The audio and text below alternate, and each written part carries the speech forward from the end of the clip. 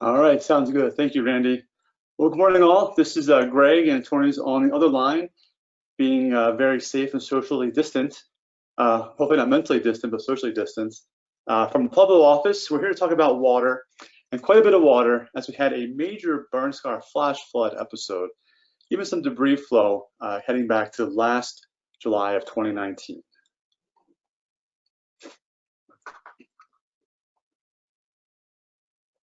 Okay, you ready for me, Greg? I am. Go ahead. Alrighty, thank you. As Greg said, my name is Tony Anderson. I'm the service hydrologist at WFO Pueblo. And wildfires are a fact of life in the western United States. Fire control efforts have reduced the number of fires since the early 1980s. However, since the mid-1990s, the size of the fires has increased. Fires are becoming larger and more intense. The fires themselves can last days, weeks, or months, but their consequences for the WFO can last for years. Next slide, please. These fires can be extremely intense. High temperatures and long residence times can completely alter the hydrology of an area. High intensity fires can remove vegetation all the way from the forest canopy to several centimeters below the ash layer on the ground. When soil burn severity is moderate to high, a hydrophobic layer can form beneath the ash and the scorched soils. This layer is almost impervious to water. The closest model we have for this is the hydrophobic model in Flash. The high runoff factor, unstable soils, and almost complete lack of interception creates extremely favorable conditions for flash flooding and debris flows. These conditions can last for years and directly affect how a WFO performs its DSS and its warning operations. Next slide, please. The Spring Creek Fire started on June 27, 2018 in Costilla County, Colorado. It did most of its work in Huerfano County over the next 10 days, but was not declared contained until September. It was fueled by a drought that extended back to the fall of 2017. The winter of 2018 brought near-record dry conditions to the Sangre de Cristo Mountains. Dry conditions, high fuel loads, and high winds created an almost perfect firestorm. At one point, it was described as a 300-foot-high fire tsunami. Eventually, 108,000 acres were consumed, along with 141 homes. Fortunately, no residents or firefighters were killed. The consequences for the landscape, however, were drastic. Next slide, please. Following many large fires, a burned area emergency response team is activated to assess the dangers posed by the burned area to designated values at risk. These teams are brought in as soon as possible and are often working while the fire is still burning. Part of their analysis is to compile a soil burn severity map. This map for the Spring Creek Fire is shown on the left. We'll add some creek names for reference. Red is high soil burn severity and yellow is moderate. Both categories are capable of producing a hydrophobic layer in the soils. Both create dramatic changes to the hydrology of an area. 64% of the area within the fire perimeter was designated as high or moderate. This is a very high percentage. Go ahead.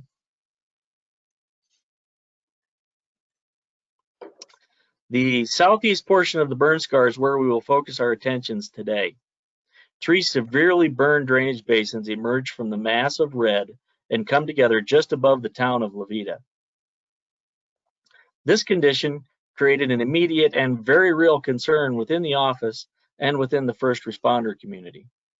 Just as meteorologists learn that evaporation is a cooling process, hydrologists learn that water flows downhill and gathers in low places. The town of La Vida is downhill and in a low place relative to the burned area.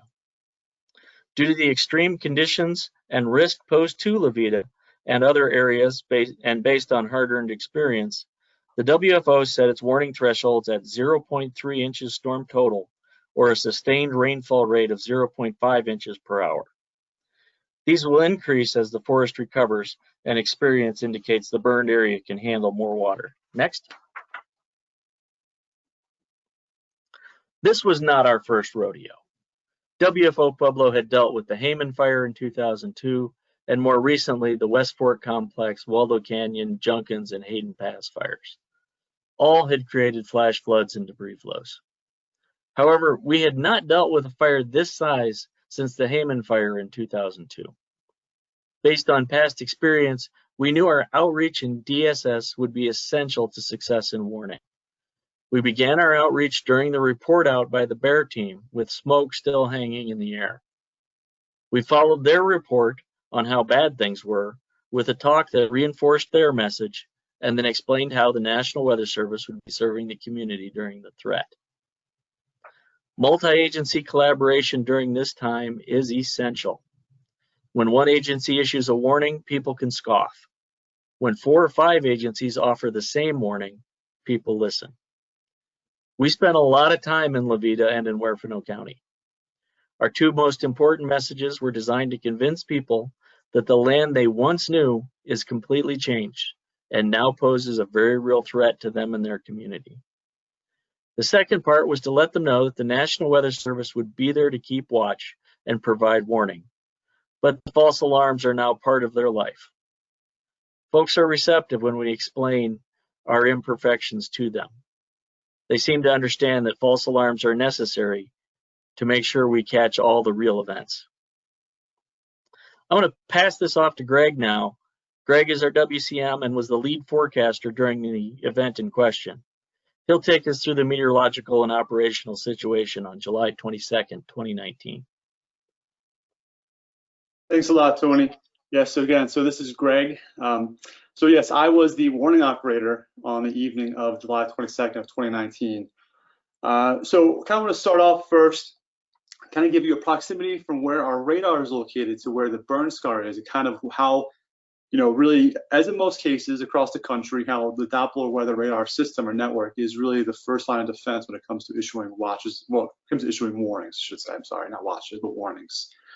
Obviously for burn scars, it's really the same thing. However, when we're looking at the burn scar down in Huerfano and Castilla County, from our Doppler radar, we're seeing about 3,500 to 6,000 feet above the ground level. So we're getting a pretty good sampling of really some of the storms, especially the taller storms that come across from the west, from the San Luis Valley into the Sangre de Cristos, and then obviously east into the Colorado Plains. But again, because elevation-wise, there is some hail contamination that is a real threat, especially during our monsoon, holding up air quotes for monsoon season. But nonetheless, with our system that located there in rural Pueblo County, we could see the burn scar and potential flooding very, very well. So operational tempo, really for any given late spring and through the summer into the early fall months, operational tempo really has one person, one forecaster, one radar meteorologist who is dedicated to just burn scar flooding. We now have 4 highly volatile burn scars. So Spring Creek is one of them. Tony mentioned Junkins, Hayden Pass, and then our newest one, Decker. So we can be quite busy as we see lots of areas of showers and thunderstorms across much of southern and southeastern Colorado. So again, one person dedicated to just burn scar flooding monitoring, basically the hydrology of it. One forecaster is dedicated to DSS, setting out graphics, using our text service. So we have text lists for each of our burn scars, where we have the local county emergency manager as well as the state regional field manager on the text, and we're basically sending them information prior to rainfall impacting particular burn scars, kind of like a really good heads up. And this night on 22nd of July, this is how we operated. Tony actually was called in later in the evening because things got a little crazy down in the Spring Creek burn scar. But nonetheless, this is kind of our operational tempo that we go with, again, most of the summer months. Now, because the burn scar is such a large one and it covers 2 different counties, we really thought it best to break it up into multiple sectors. That way we can really craft our message and the warning text to specific areas. Tony mentioned La Vida, Colorado. That's the biggest population that's really in the shadow of this burn scar. So we don't want to over alert them, overwarn them unless we really, really have to. So we broke it up into 3 different sectors, again, allowing for better messaging and allowing for better detail when it comes to the smaller creeks and drainages coming off of the burn scar that might eventually converge just north of Levita and then drain south into Levita itself. So this is a warning of issue that even the first one around 6 p.m. Mountain Daylight Time. And I want to highlight these couple areas here. So we say spring burn scar south of Highway 160 in Castilla County, and then also Highway 160 in Huerfano County. Now, Highway 160 is a relatively large corridor that goes up into Levita Pass, elevation about 10,000 feet, and then comes back into the San Luis Valley. So lots of commercial traffic head through there. So if you target that particular area, that really gets Colorado Department of Transportation involved as well too, because actually they can shut the road down should the event become a high impact magnitude event.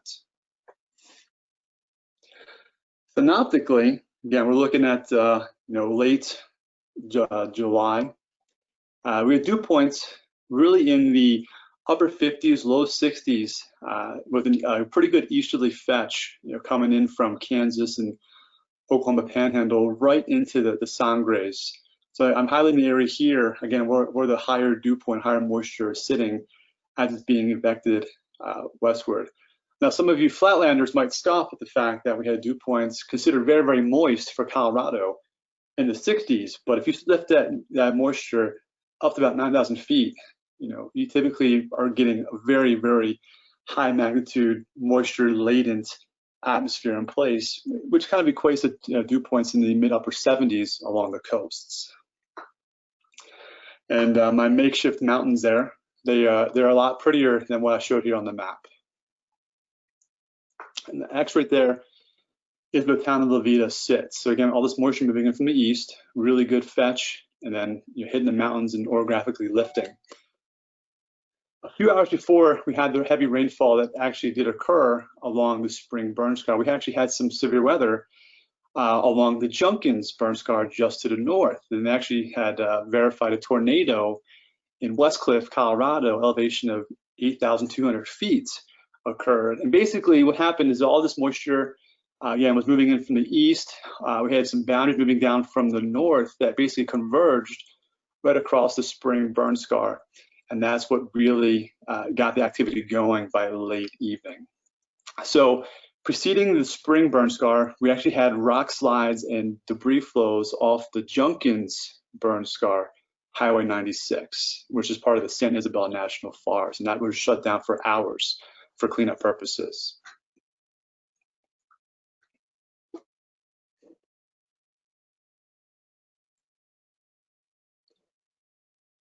Now, all the time, we were providing text updates to both the county and state corps partners as storms fired up to the north and moved to the south-southeast.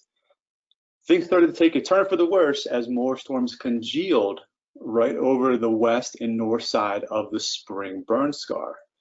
Again, had ample fuel and they were moving relatively slow. So as you'll see in the coming slides, a lot of water fell in a very short amount of time.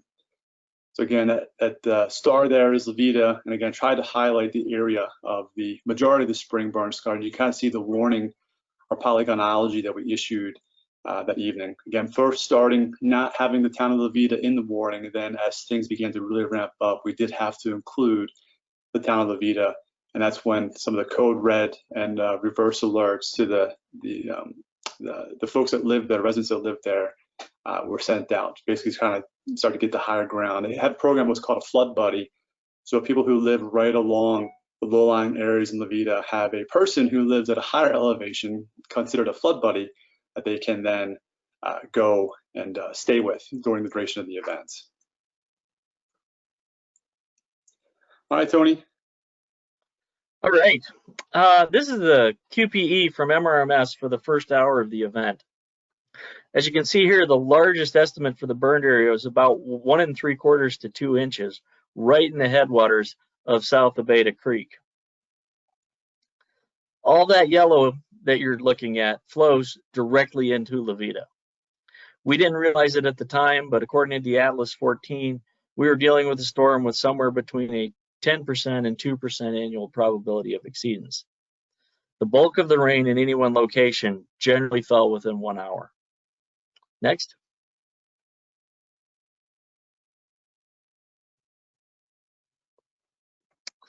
The Colorado Department of Water Resources installed 7 stream and precipitation gauges in and downstream of the burned area, specifically to protect the town of Levita. The USGS then added 4 more stations to make the Spring Creek fire the most heavily gauged fire in the United States. These Sutron gauges report on the Iridium satellite network. They report hourly until a threshold is crossed, at which time they begin reporting every 3 minutes. Precipitation is only measured every 15 minutes regardless. They report precipitation, stream stage, and stream velocity. Stream velocity was a new physical element to us, but we're learning to use it. It provided some very useful information that night. The real story was the precipitation data.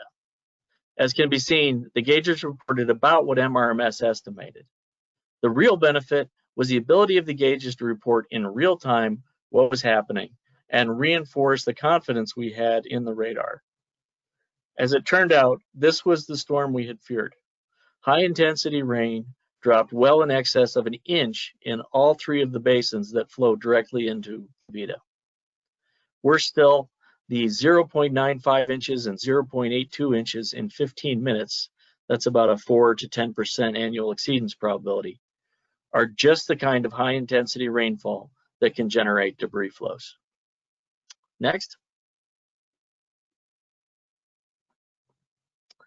Okay, this is Middle Creek, the main creek draining the eastern slope of the burned area.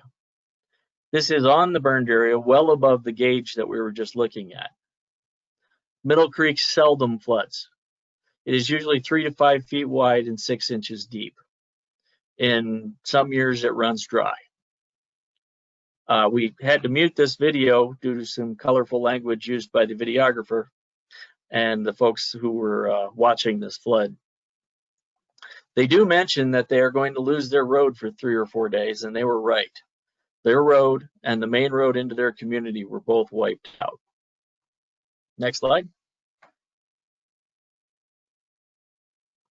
These are the reports of flash flooding we received from on and downstream of the burned area. The first image is from the areas in the burned areas of Middle and South Abeta Creeks and just downstream. Roads were overtopped, culverts wiped out, even a railroad embankment was overwhelmed, and that event almost cost us an emergency manager. Go ahead and advance it. The second image is of the area further south, further downstream and closer to town. The largest observed flood was when the approach to the Highway 12 bridge north of Levita was overtopped. We were fortunate. The flooding from the 3 major creeks arrived in a staggered manner. If they had arrived at nearly the same time, conditions in Levita would have been much, much worse. And we most definitely verified our flash flood warning. Next slide. These pictures were taken on Middle Creek in October of 2019. We do not know which storm created the debris flow. However, it is a good example of why we are concerned. The debris flow wiped out a road. The deposits were about 100 meters long, 2 to 3 meters high, and was strewn with boulders I estimate to weigh between 5 and 15,000 pounds.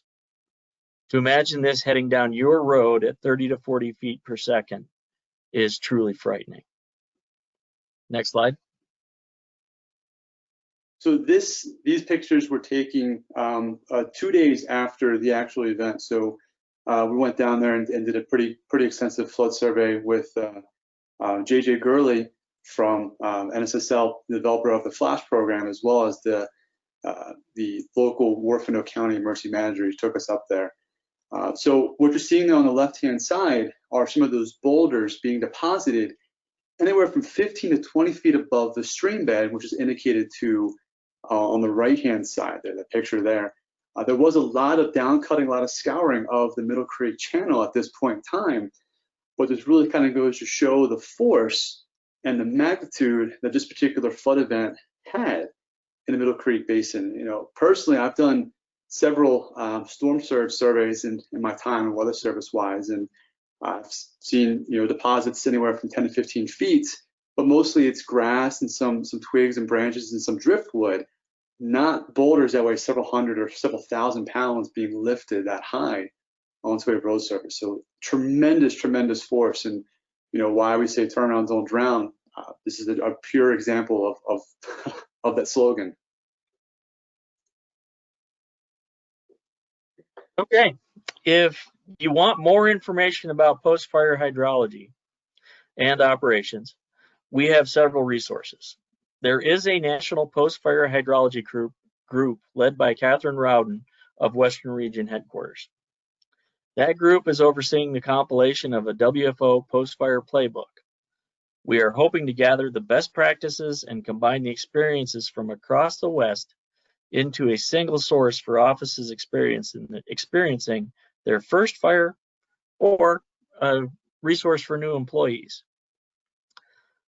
Lastly, the post-fire group is working with Dennis Staley at the USGS to gather data for a study to determine accurate rainfall thresholds for debris flows.